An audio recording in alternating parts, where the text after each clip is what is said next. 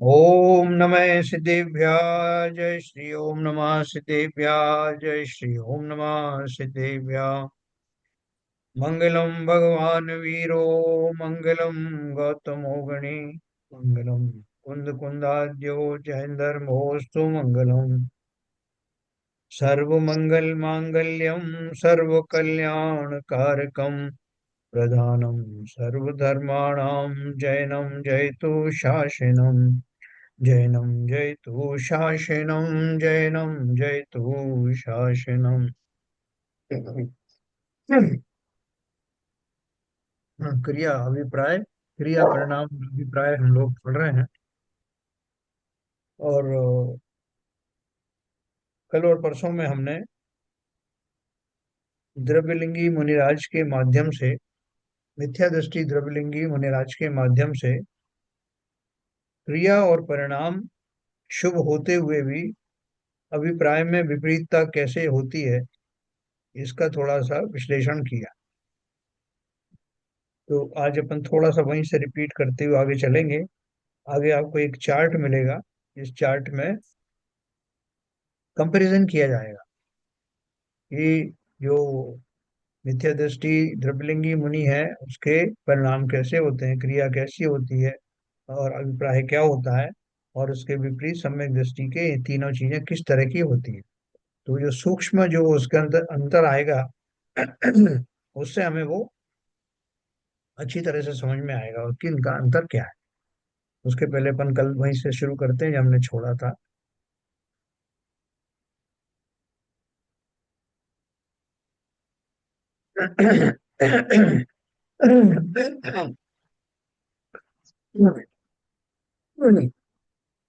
देखो यहाँ लिखा है, उपर्युक्त द्रव्यलिंगी के अभिप्राय की सूक्ष्म विपरीतता का संकेत करते हुए पंडित टोडरमल जी 243 पृष्ठ पर लिखते हैं। प्रथम तो संसार में नरकादि के दुख जानकर व स्वर्गादि में भी जन्म मरणादि के दुख जानकर संसार से उदास होकर मोक्ष को चाहते हैं। अब ये जो दशा है ये उन्होंने मिथ्या दृष्टि द्रवलिंगी मुनि के माध्यम से प्रकट की है ना। हालांकि ये तो हम सबके साथ में कॉमन है। हम भी संसार में नरक दुख आदि जान करके और स्वर्ग की वैसे कामना करते हैं, लेकिन स्वर्ग के बारे में जब हम पढ़ते हैं कि स्वर्ग में जन्म मरण आदि के दुख हैं तो हम उनसे दुखी रहते हैं। और लेकिन हम वहाँ के स्वर्गों के जो सुख आदि हैं उनको बुरा नहीं मानते। स्वर्गों के सुख को तो भला मानते हैं। एक संसार में रह करके नरक आदि में तिर्यंच गति में कितने दुख हैं, ये सब हम दुख मानते हैं। स्वर्गों में दुख अगर हम क्या मानते हैं, जैसे हमारी वो आदिनाथ भगवान की पूजन है ना दिनेश्वर दास की, जिसमें वो हमारी दीन तणी हमारी दीन तणी सुनी बीन विनती करके है ना। तो जिसमें मैं ऊंट बलद भैंसा भयो जापे लद्यो भार अपार, वो सारी चीजें हैं, जन्म मरण के दुख हैं, वो सब वो अपन उसको पढ़ते हैं और वो सारे अपने अंदर छाए हुए हैं। फिर स्वर्गों की बात भी अपन उसमें पढ़ते हैं कि स्वर्ग में वो जो जन्म मरण रूपी जो चक्कर है, 6 महीने पहले माला मुरझा जाती है और ये होता है वो होता है और बड़े संक्लिष्ट परिणामों से वो देव मरता है, तो वो हमें बुरा लगता। लेकिन वहां के जो दुख, जो वहां के जो सुख हैं स्वर्गों के, वो हमें नहीं दुख दुख जैसे लगते। तो फिर भी हम जो है हम मोक्ष की बात तो हम कहे सुने जैसे सुनते वैसा हम भी कह देते हैं, लेकिन हमें वो स्वर्गों के सुखों से कोई ऐतराज नहीं। तो यहाँ वो जो मिथ्या दृष्टि जो मुनिराज हैं उनका साथ भी यही है। क्या क्या है कि संसार के नरक आदि के दुख तो वो जानते हैं, कि पशु हुए नरक गए, निगोद में गए, वो तो बहुत दुख है। और स्वर्गों में भी जन्म मरण के दुख हैं। तो हम ठीक हमारी तरह ही मान रहे हो, संसार से उदास होकर मोक्ष को चाहते हैं। हम हमें उनमें एक थोड़ा सा विशेष फर्क ये हो गया कि हम संसार से उदास नहीं हुए अभी। और दूसरा, मोक्ष की बात तो हम देखा देखी कर लेते हैं। लेकिन वास्तव में तो हम वो जो स्वर्गों के सुख के प्रति तो अभी भी आशावान है, वो हमारे लिए अनुकूल चीज है। और ये थोड़ा चूंकि उन्होंने अभी वैराग्य ले लिया है, मुनि आदि बन गए हैं, तो मुनि क्यों बने? तो उसका उत्तर होगा कि वो संसार से उदास हो गए। उदास क्यों हो गए? कि संसार में उन्हें ये कहीं सुख दिखे नहीं, नरक आदि की वजह से, ये पंच ये अपने तिर्यंशीय गति आदि के कारण, निगोध आदि के द्वारा स्वर्ग में सुख या संसार में सुख दिखे नहीं। और जो देवलोक है वो भी संसार का ही पार्ट है। तो देवलोक में भी उन्होंने किसी अपेक्षा से सुख नहीं माना, क्योंकि वहां भी नरक, जन्म मरण के दुख होते हैं। तो इसलिए अभी क्या करें? तो उसने सोचा कि अब अपन को इनसे उदासीन होकर के मोक्ष की चाहत रखनी चाहिए। अब मोक्ष कैसे मिलेगा? चाहत तो कर ली, लेकिन मोक्ष का जाने का तरीका क्या है? तो उन्होंने मान लिया कि मोक्ष जाने के लिए नग्न दिगंबर वेश धारण करना पड़ेगा, और 28 मूल गुणों का पालन, पंच महाव्रत आदि का पालन करना पड़ेगा। इससे मैं मोक्ष से चला जाऊंगा, और वहां ये सारा जो है, ये दुख दुख मेरा सब मिट जाएगा। तो उनके अभिप्राय में क्या भूल हुई?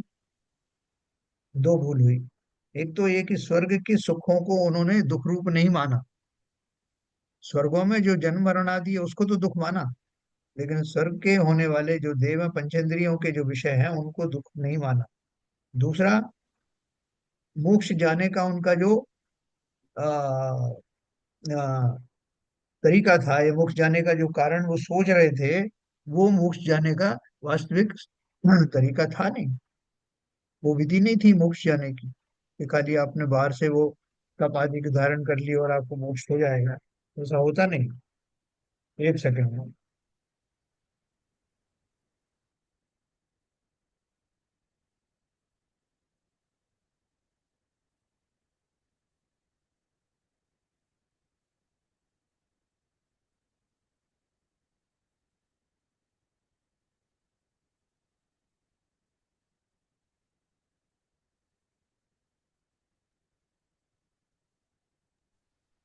तो इस तरह से उनकी जो दो भूल है, वो दो भूल में जो मोक्ष जाने का उनका तरीका, उन्होंने क्या बोला कि 28 मूल गुण का पालन करूंगा, मुनि बनूंगा, और ये सब महाव्रत आदि पालन करूंगा तो मोक्ष से चला जाऊंगा। तो उनकी जो एक जो भूल है जबरदस्त, वो ये लास्ट वाली भी है, और एक हमारी वाली भी है। स्वर्गों में सुख को वो बुरा नहीं समझते। तो अब देखो, चूंकि मुनि हो गए इसलिए वो तो अभी उस पे, उस मार्ग पे चल पड़े हैं। जो उन्होंने मार्ग सोचा कि यही मार्ग सच्चा है, उस पर चल पड़े, हम चले भी नहीं है। हमें उनमें ये विशेष फर्क है। तो अब वो बोल रहे हैं कि भाई,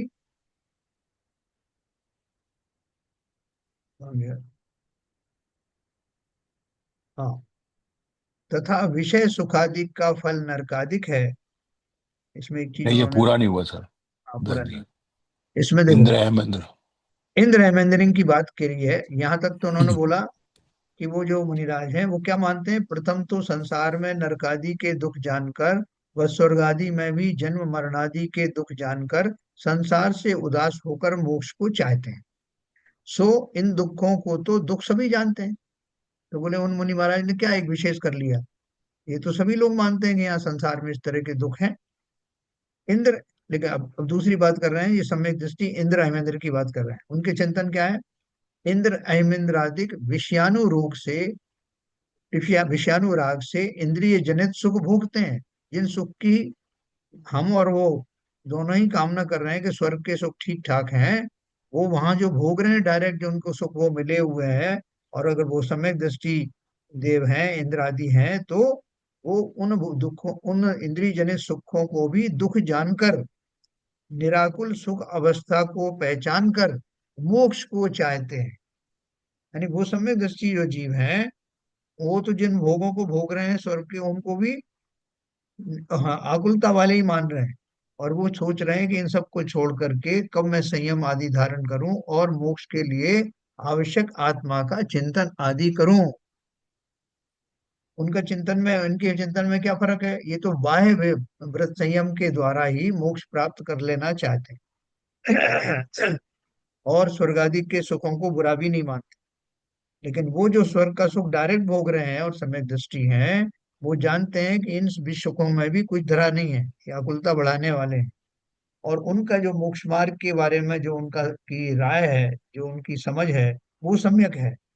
वो जानते हैं कि मोक्ष प्राप्त करने के लिए मात्र बाह्य आचरण पर्याप्त नहीं है। तो एक दो बातें आपको यहाँ बता दी। तथा विषय सुखादिक का फल नरकादिक है, ये भी वो जानते हैं। वो तो जानते ही हैं, लेकिन अभी देखो फिर से उन दोनों की बात आ रही है। तथा विषय सुखादिक का फल नरकादिक है। ये फिर से मुनिराज की वो मिथ्या दृष्टि, मुनिराज का एक चिंतन फिर से बताया। दो बातें वहां खत्म हो गई, अब फिर से उनका चिंतन बताया। तथा विषय सुखादिक का फल नरकादिक है।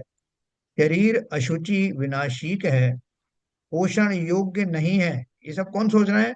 वो मिथ्या दृष्टि द्रवलिंगी मुनिराज सोच रहे हैं। उनका विचार कितने ऊंचे हैं देखो। विषय सुखादिक का फल नरकादिक है, शरीर अशुचि विनाशिक है, पोषण योग्य नहीं है, कुटुंबादिक स्वार्थ के सगे हैं, इत्यादि पर द्रव्यों का दोष विचार कर उनका तो त्याग करते हैं। और व्रतादिक का फल स्वर्ग मोक्ष है। तपश्चरण आदि पवित्र अविनाशी फल के दाता हैं, उनके द्वारा शरीर का शोषण करना योग्य है। देव गुरु शास्त्रादि हितकारी हैं, इत्यादि परद्रव्यों के गुणों का विचार करके उन्हीं को अंगीकार करते, है ना। इसमें आपको कोई दोष दिखाई देता क्या? नहीं दिखाई देता। ये बिल्कुल सही सोच रहे हो। शरीर अशुचिमय है तो है ही। विषय सुखादि से फल से नरक मिलता है, ये सही है। कुटुंबादिक स्वार्थ के सगे हैं, ये भी सही है। पर और वृतादिक का फल स्वर्ग मोक्ष है ना, ये भी अपन सब मान रहे हैं बात। तपश्चरणों से तपश्चरणादि पवित्र अविनाशी फल के दाता है। तपश्चरणादि मतलब बाह्य तपस्या। और उनका फल स्वर्ग मोक्ष है। उनके द्वारा, हाँ, तपों के द्वारा शरीर का पोषण करना योग्य है। ठीक है। शरीर का पोषण कौन, शोषण कौन कर रहा है? मैं कर सकता हूँ। देव गुरु शास्त्र हितकारी हैं, इत्यादि। अब देखो यहाँ क्वालिफाई किया है, इत्यादि पर द्रव्यों के गुणों का विचार करके उन्हीं को अंगीकार कर। तो इसमें क्या भूल हो गई उनकी? कोई कम गलती हो गई क्या? स्वापर का विज्ञान ही नहीं है। हाँ। उनको पर को अपना मान रहा है। पर तो कुछ कर नहीं सकता है। इवन देव शास्त्र गुरु का अंतिम उस अवस्था में आलम्बन छोड़ना पड़ता है। हाँ। उनको उनको भी अपना मान रहा है। तो ये अप्राय में पड़ी हुई विपरीत मान्यता का ये फल है, जिससे ऐसे उसके विचार बन रहे हैं। देखो इसमें आपने सही कहा, इसमें और बारीकी से आप देखो तो इसमें कितनी द्वेष बुद्धि, कौन कौन चीजों के प्रति द्वेष बुद्धि है। शरीर के प्रति द्वेष बुद्धि, शरीर अशुचि विनाशिक है, पोषण योग्य नहीं। ये कहा जरूर जाता है समझाने के लिए, जिनको बहुत ज्यादा शरीर से लगाव होता है उनको ऐसा कहा जाता है। लेकिन इसका अर्थ नहीं है वो रति अरति जो आता है ना, वो दोनों नहीं होना चाहिए। या तो शरीर से अरति का भाव नहीं आए, शरीर अशुचि है वो इस भाव से है कि इसमें रमना नहीं। लेकिन वो शरीर मेरा, मैं शरीर नहीं हूं, ये ध्यान रखना। तो शरीर अशुचि है, विनाशिक है, पोषण योग्य नहीं है, लेकिन है तो हूं तो मैं शरीर ही। यह शरीर मेरा है ऐसा मानता है उनकी। कौटुंबिक स्वार्थ के सगे, ये नीचे की लेवल पर, नीचे की भूमिकाओं में तो इस तरह का विचार आता। लेकिन उस मुनि की भूमिका में आकर के अगर सम्यक दृष्टि है तो सम्यक दृष्टि को ये भाव ऐसे नहीं आएंगे, इस तरह से नहीं आएंगे। वो द्वेष भाव से इनको नहीं जानेंगे। तो देखो कैसे जानेंगे, ये बहुत सूक्ष्म बात है। और देव शास्त्र गुरु आदि हैं वो कैसे हैं? वो ही मेरा मेरा पार पाड़ेंगे। उनको अपने स्वभाव का ज्ञान नहीं। और दूसरा, जो तप आदि है शरीर के माध्यम से किए जाने वाले तप हैं, उनसे विशेष फल की प्राप्ति होती। वास्तव में तप के दो प्रकार होते हैं ना, बाह्य तप और अंतरंग तप। तो जो बाह्य तप है उनसे ही वो मुक्ति आदि की कल्पना करते हैं। तो देखो उन्होंने क्या लिखा है इसमें, इसमें थोड़ा सा आपको जोर लगा के समझना पड़ेगा। इत्यादि प्रकार से किसी परद्रव्य को बुरा जानकर, या उन्होंने शरीर को परद्रव्य को बुरा जाना है, कुटुंब आदि को बुरा जाना है ना। और जिनको अच्छा जाना है वो अपने शरीर के माध्यम से शरीर को अपना माना है।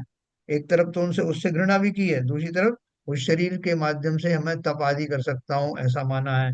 शरीर में ममत्व आदि रखा है। तो किसी परद्रव्य को अनिष्ट रूप श्रद्धान और किसी परद्रव्य को भला जानकर इष्ट श्रद्धान करते हैं, सो परद्रव्यों में इष्ट अनिष्ट रूप श्रद्धान सो मिथ्या है। हम्म। तथा इसी श्रद्धान से उनके इनके उदासीनता भी द्वेष बुद्धि रूप होती है, क्योंकि किसी को बुरा जानना उसी का नाम द्वेष है। आपका पत्नी से झगड़ा हो गया, तो पत्नी ने चाय बनाई, तो आपने वो गुस्से के मारे वो चाय नहीं पी, मुझे तुम्हारे हाथ की चाय नहीं पीना आज। बोले अरे रोज तो पीते हो। नहीं नहीं, आज उनकी विशेष कषाय जागृत थी। उन्होंने बोला आज के बाद मुझे तुम्हारे हाथ की चाय पीना ही नहीं, मेरा चाय का त्याग। बोले बाहर तो पियोगे? नहीं, मुझे अब पीना ही नहीं चाय, क्या करते हो? तो ये जो त्याग किया, ये समता भाव पूर्वक किया। उन वस्तुओं को निरर्थक जान करके व्यसन जान करके छोड़ा, या पत्नी स्वे द्वेष के कारण छोड़ा? बताओ भाई। ये तो द्वेष हो गया स्टेट स्टेट में। द्वेष हो गया। बहुत सारी बैकग्राउंड में तो प्रतिक्रिया। द्वेष भरा हुआ है ना।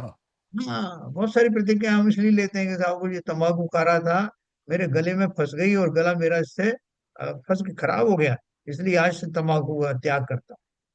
तो किस भाव से त्याग किया? कि मेरा जो है इसने गला खराब कर दिया, वहां भी द्वेष जैसा ही भाव है।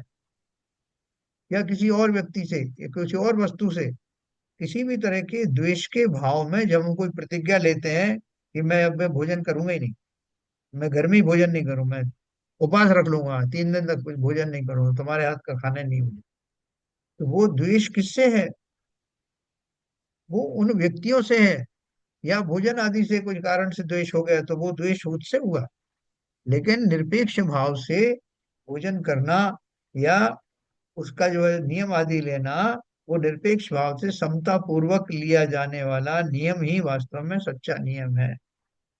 तो यहाँ तो मैंने ये द्वेष बुद्धि रखी ना, एक तरफ शरीर में जो है वो अशुद्धताओं की कल्पना की, यदि मैंने शरीर को हे बना दिया। फिर मैंने बोला कि जैसे कहीं कहीं लिखा ना, यह तन पाए महातप कीजिए या मैं सार यही है।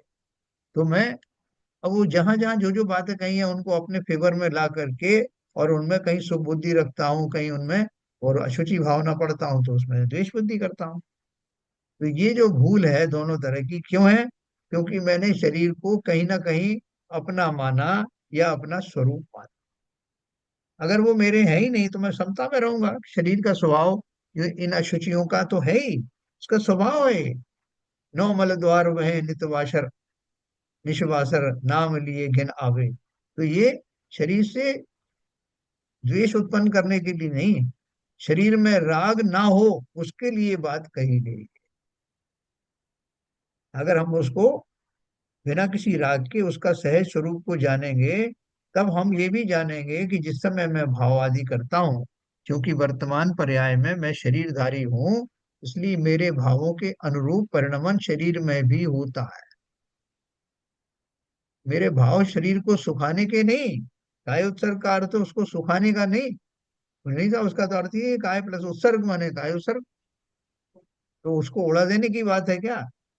उत्सर्ग कायोत्सर्ग का अर्थ है कि उस काया के प्रति ममत्व को छोड़ करके आत्मा में प्रविष्ट होना, वो कायोत्सर्ग है। कायोत्सर्ग करके आज शरीर को सुखा देना, जितना सुखाऊंगा उतना कायोत्सर्ग होगा, उतना मुझे लाभ, ऐसा नहीं। शरीर को तो निरपेक्ष भाव से उसका जो होना है वो होगा। आप अपने भावों की दृढ़ता रखो, अडिग होकर के। मैंने अगर तपस्रण में अपना मन लगाया, 22 परिचयों को जय में मन लगाया, तो शरीर का जो होना है वो भी अपने आप नियम से होगा, उसका परिणमन अपने हिसाब से होगा। है मैं जग का करता क्या काम, कोई भी उपद्रव्य मेरा नहीं, मैं अपना काम करूंगा, उस प्रोसेस में उस द्रव्य का जो होना हो। ऐसा मुनि का वास्तविक चिंतन होता है। उसी चिंतन के सहारे 22 परिचयों का जय होता है। तो इसलिए यहाँ उन्होंने जो श्रद्धा रखा, एक जगह तो शरीर को अशुचिकारी मान करके उससे घृणा के भाव रखे।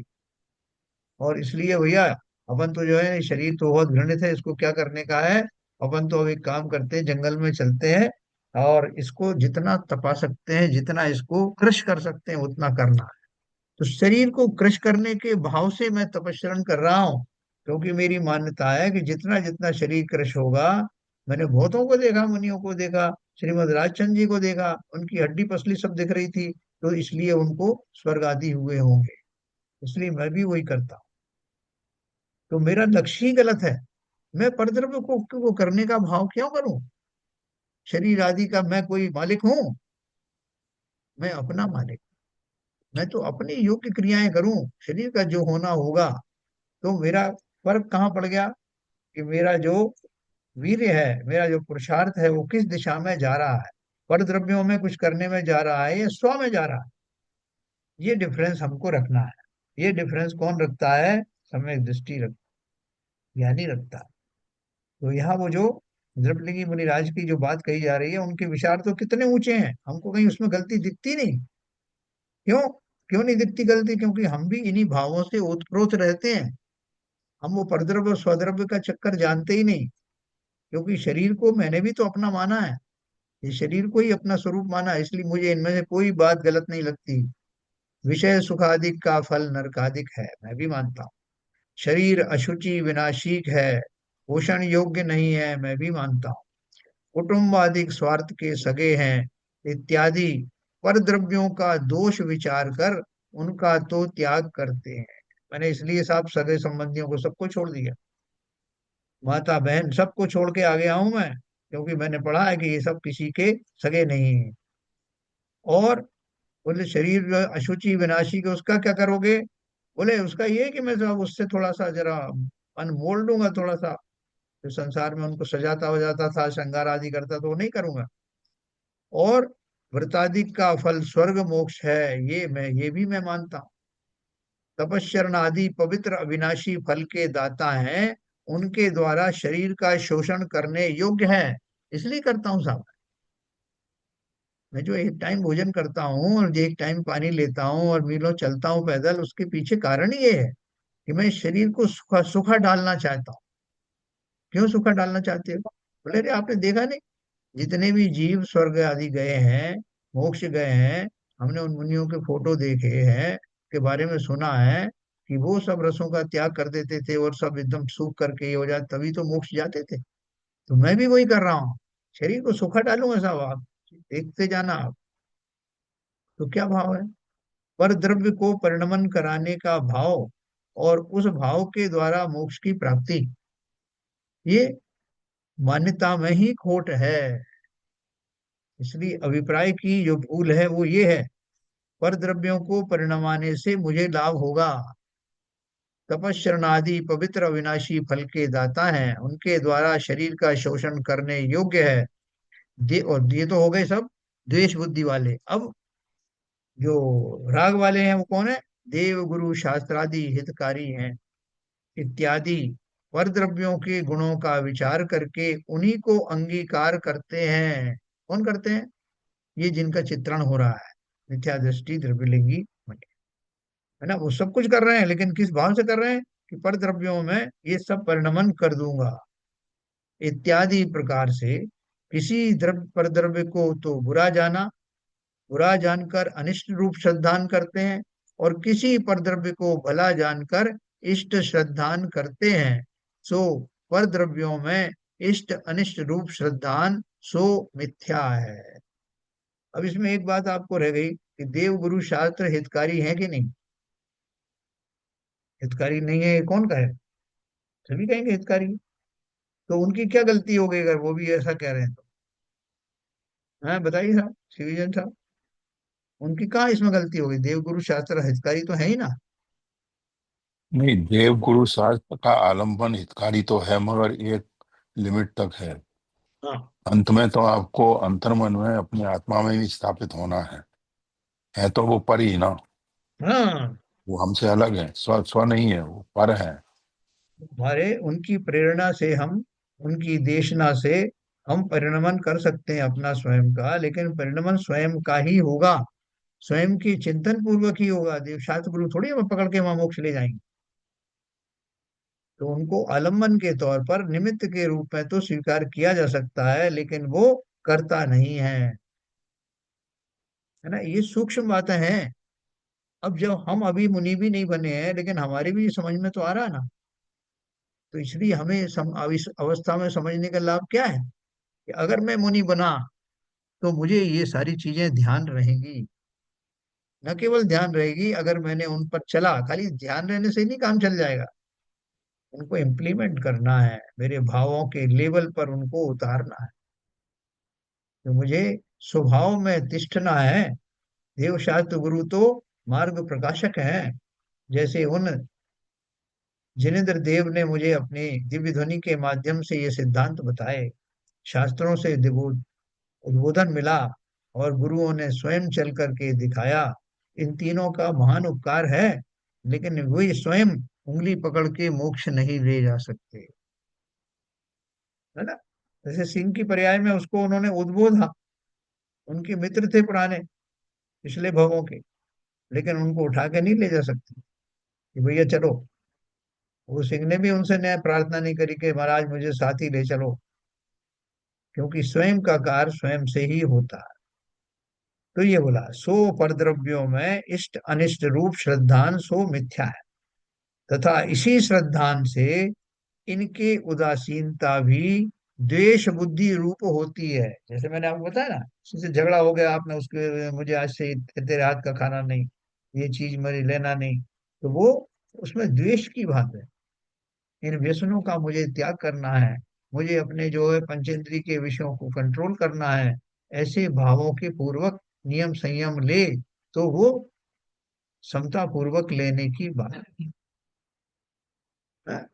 फिर अब ये जो है मेरा शरीर जो है वो किसी काम का नहीं है। मैं बिल्कुल अभी अस्पताल में पड़ा हुआ, अभी आया, आईसीयू से आया हूँ। ये शरीर तो बिल्कुल कोई काम का नहीं है, तो क्यों ना मैं इसको और सुखा डालूं।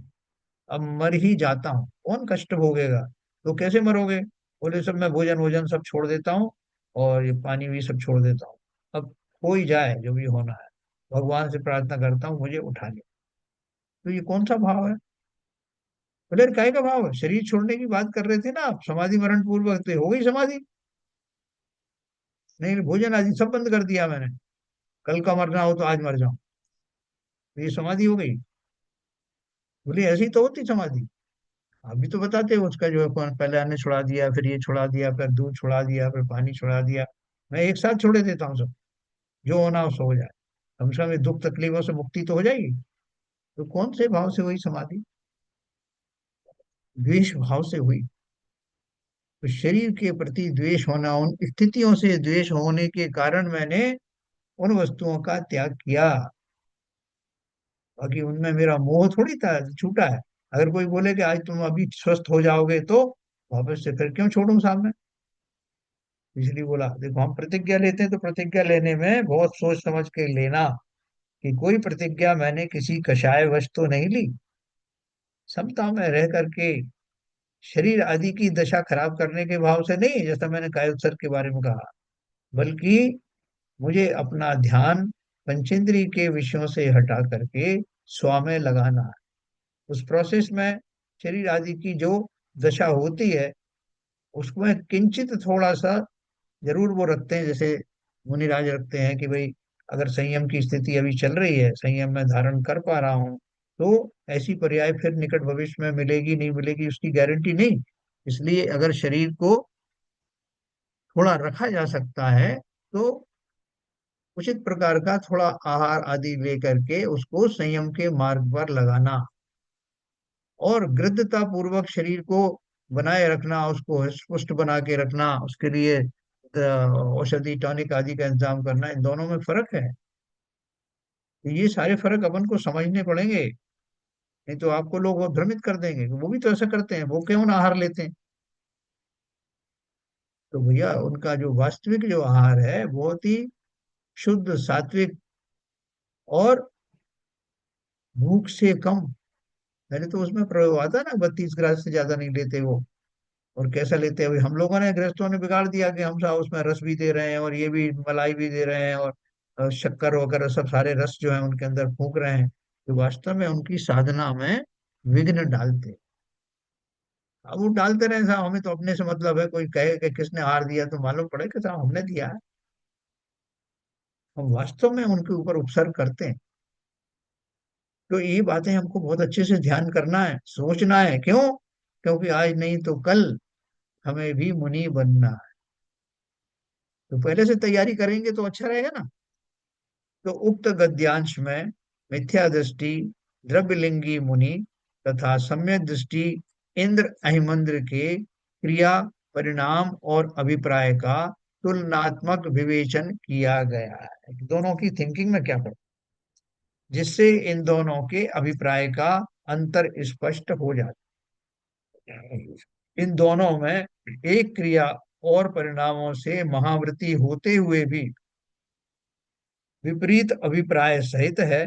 क्या बोला? इन दोनों में एक क्रिया और परिणामों से महावृत्ति होते हुए भी विपरीत अभिप्राय सहित है, और दूसरा क्रिया और परिणामों से आवृत्ति होते हुए भी यथार्थ अभिप्राय वाला है। कौन है यथार्थ अभिप्राय वाला इनमें से? इंद्र आदि है या वो मुनिराज है? इंद्र आदि है। क्यों है वो? क्योंकि उनका यथार्थ अभिप्राय है। हाँ देखो वो नीचे सम्यक देखो। दृष्टि है। हाँ सम्यक दृष्टि है, तो उनका चिंतन क्या है? इंद्र अथवा चक्रवर्ती आदि ज्ञानी जीवों को अवृत की भूमिका में प्रचुर भोगों की क्रिया और परिणाम होने पर भी अभिप्राय में भोगों में सुख बुद्धि नहीं है, अतः वे मोक्ष मार्गी है।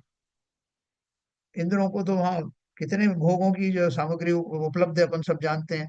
इसी तरह चक्रवर्ती को भी 56 प्रकार के भोजन, और उसका रोज का नया रसोईया, कितने तरह के भोजन सब आते हैं, और वो सब करते भी हैं। उस भूमिका में है तो उन सारे भोगों से होके गुजरते भी हैं। लेकिन उसको कैसा समझते हैं वो? बोल रहे हैं इतने प्रचुर भोगों के बीच में रहते हुए भी वो जानते हैं कि इनमें सुख नहीं है। तो बोले ठीक है, तो हम भी ऐसे करेंगे, खूब दबा के खाएंगे और मन में ऐसे कहते रहेंगे इनमें क्या धरा है। सबसे कहते फिरूंगा मैं, तो भैया मैं खा जरूर रहा हूँ लेकिन इनमें है कुछ नहीं, अकुलता भले है। तो ऐसे कह देने से मैं उस दोषों से मुक्त हो जाऊंगा क्या? अंदर से तो मैं उनमें सुख बुद्धि पड़ी है ना, कह देने मात्र से क्या हो रहा है। लेकिन ये जो है ना, कहते हैं कि हाँ, चक्रवर्ती के भोग, है ना। इंद्र इंद्र क्या है, वो एक कहावत है, काग बीट सम गिनत है सम्यक दृष्टि लोग। कि जो जो पंचेंद्री के जो विषय हैं, चक्रवर्ती और कामदेव आदि के जो भोग हैं, वो उन सबको सम्यक दृष्टि कौवे की बीट के समान मानते हैं। फिर ऐसे कैसे मानते हैं साहब? और फिर उसी वो खा पी भी रहे हैं खूब, और फिर क्यों इनको अगर ऐसा भाव है तो? वो उनकी मजबूरी है। जो जहाँ है, जिस भूमिका में है, उस भूमिका का निर्वाह करते हुए, अब चक्रवर्ती है तो वो चक्र उसके पास रहेगा, सिंहासन आदि रहेंगे, राज दरबार रहेगा, वो सब कुछ रहेगा तामझाम। लेकिन उसके चिंतन को कोई रोक थोड़ी सकता। अंदर से वो सबसे सुखी नहीं है। इसी भाव के कारण तो चक्रवर्ती, वो जो भरत चक्रवर्ती की बात चलती है, वो सारे भाव ही तो उनके उस लेवल तक पहुंच गए थे चिंतन करते करते, कि जब उनका अंतिम समय आया, वैराग्य धारण करने का भाव आया, तब तक वो उनका पैमाना फुल हो गया था। उन चिंतन पूर्वक से वो भाव लबालब भर गए थे कि अब, कहने में तो आता है कि साहब कपड़े उतारते उतारते मोक्ष हो गया, सॉरी केवल ज्ञान हो गया। लेकिन वास्तव में वो कपड़े उतारने से पहले कितने समय तक उस चिंतन में से होके गुजरे। 60,000 साल के, 60,000 वर्ष तक तो उन्होंने क्या बोलते हैं वो, नहीं, वो जीतते दिग्विजय, दिग्विजय करने के लिए 60,000 वर्ष तक तो उसमें लगे हो। कितनी लंबी उनकी आयु थी। आदिनाथ भगवान के पुत्र थे, जो 84 लाख पूर्व की आयु थी। तो इतनी लंबी आयु में से कितने वर्ष तक उनका चिंतन सब क्रियाओं के माध्यम से चलता रहा, राज दरबार में बैठे हुए हैं। और लोग लेकर के आ रहे हैं कि महाराज ये जो व्यक्ति है इसने ऐसा ऐसा अपराध किया है, और इसको आप बताएं क्या दंड दिया जाए। तो भरत जी से 2-3 बार पूछा। भरत जी बोले, महाराज हम आपसे पूछ रहे हैं, अपराधी सामने। अच्छा अच्छा, हाँ हाँ, क्या पूछा तुमने? महाराज कहाँ खो गए? सारे टाइम ही ये प्रक्रिया चलती थी। वो मैं कौन हूँ किसी को सजा देने वाला, किसी को ही देने वाला? मजबूरी में जो कुछ मैं जहाँ बैठा हूँ उस मजबूरी को भी छोड़ दूंगा, इस राज सिंहासन को छोड़ दूं। तो ऐसा चिंतन निरंतर चलने के बाद वो दशा आती है। तो ये जो भूमिका बता रहे हैं, इस भूमिका में क्या है? इसी अभिप्राय की मुख्यता से ही ज्ञानी के भोगों को भी निर्जरा का कारण कहा जाता है। इस बात पे बहुत झगड़े हुए कि कहीं शास्त्र, कोई सारी पुस्तकों में लोगों ने लिखा, उसमें समय सार में भी आता है क्या, कि सम्यक दृष्टि जीव के या ज्ञानी के भोग भी निर्जरा के कारण। बोले वाह, ये आपने बहुत बढ़िया बता दिया कि हम भोगें तो नरक का कारण हो जाए और वो भोगें तो निर्जरा का कारण हो जाए। तो ऐसे कैसे हो गया? बोले भैया वो भोगते नहीं, तुम भोगते हो। उनका भोगने का निर्जरा का कारण ये कहा कि जिनका निरंतर ही वैराग्य की का चिंतन चलता है, वो उस भोगों के काल में भी उस चिंतन से वंचित नहीं होते। इसलिए वो चिंतन जो निर्जरा का कारण है, वो भोगों के भोगते समय भी वो कारण बने रहते हैं।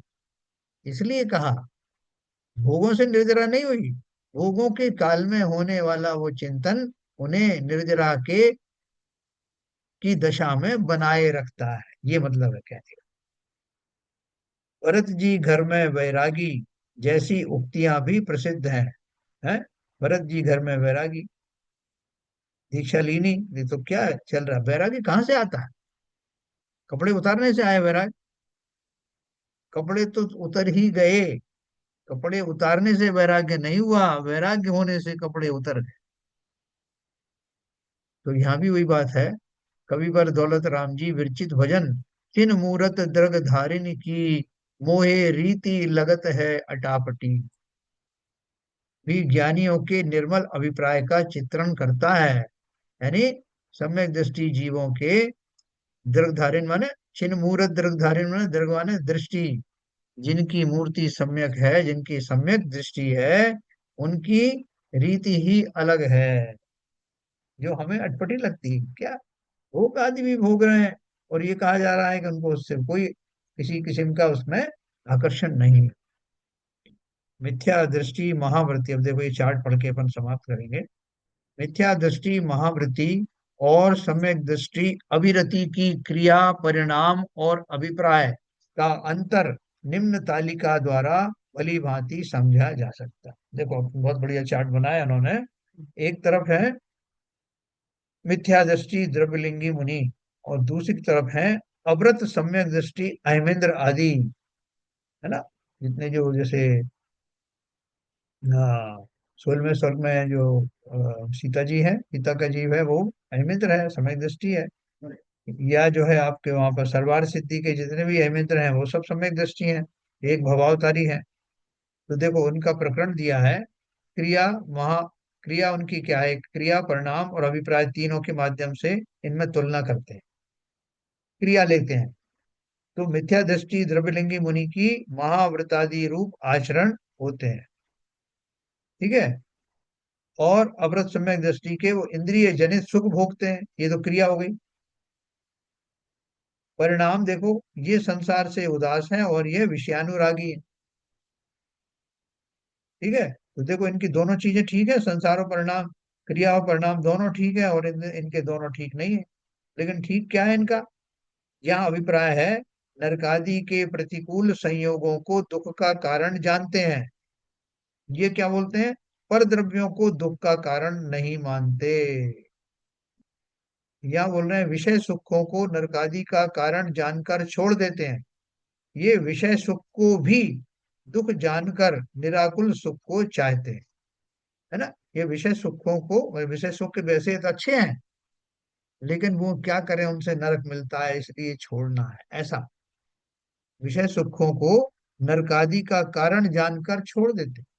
और ये तो विषय सुख को भी, क्योंकि आकुलता भरे हुए हैं ना, उन विषय सुख को ही दुख जानते हैं डायरेक्ट।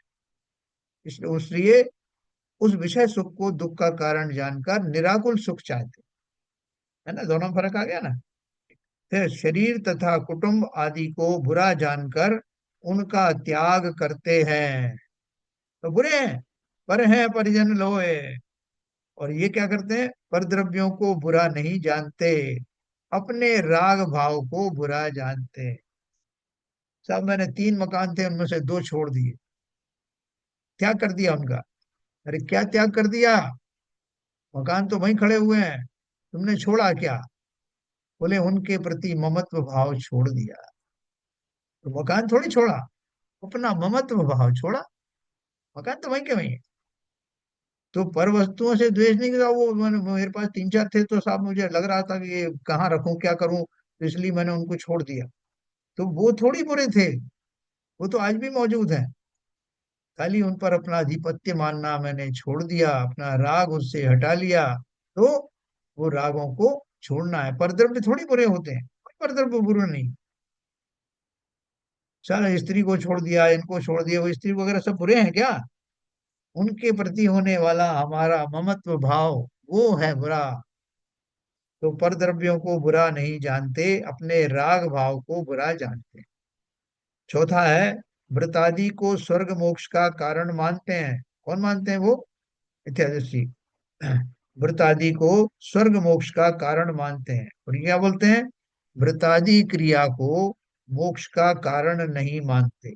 राग भाव छूटने से उसके कारणों का त्याग सहज हो जाता है।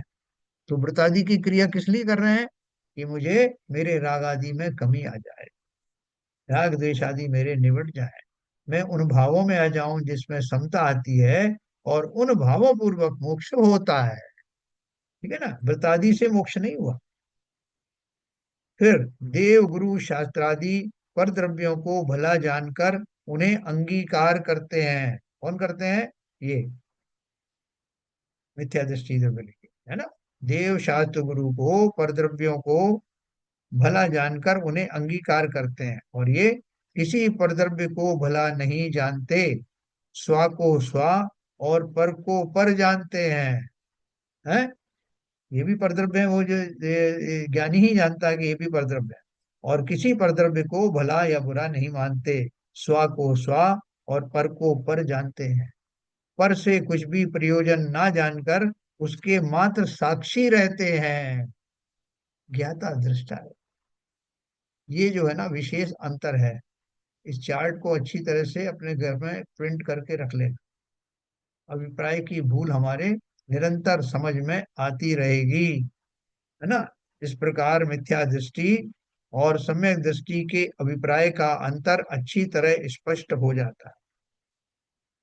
अज्ञानी के अभिप्राय में मूल में भूल यही है कि उसके परिणाम संसार से उदासीन रूप होते हैं। फिर भी अभिप्राय में द्वेष होने से उसकी उदासीनता भी द्वेष रूप होती है ना। जैसे अपन ने ऊपर बताया ना कि वो उदासीन किस लिए है, कि उससे द्वेष करके और उदासीन हो रहा है। और जो ज्ञानी है, वो ज्ञानी किस लिए है, कि वो संसार ही रहने योग्य नहीं, भवलोक हमारा वासा ना। उससे चिढ़ने की बात थोड़ी, जो है वस्तु स्थिति वैसी है। तो द्रव्यलिंगी मिथ्या दृष्टि मुनि के अभिप्राय की भूल का विस्तृत स्पष्टीकरण मोक्ष मार्ग प्रकाशक तक दिया गया इस पेज तक, जिसका सार कल दिया जाएगा। ठीक है साहब, ये अपन इसको और अच्छे से पढ़ेंगे।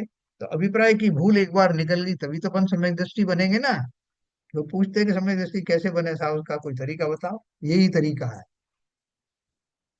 तो अभी एक मीटिंग है छोटी सी, इसलिए थोड़ा सा समय से पहले कर दिया है।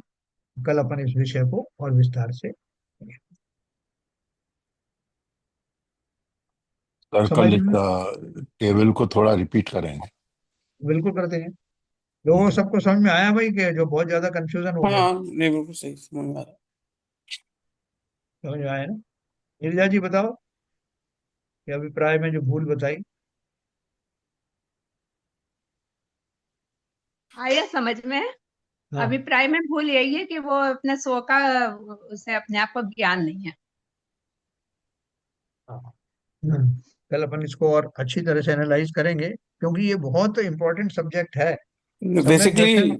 हाँ बेसिकली यहाँ पर जो बात हो रही है कि हम लोग जो भी क्रिया करते हैं, हाँ, वो क्रिया हमारी जो धर्म में एक्चुअल उद्देश्य के बजाय वो दूसरे उसमें लग जाती है, भूल पड़ जाती है। हम करने से पहले ये भूल जाते हैं कर क्यों रहे हैं।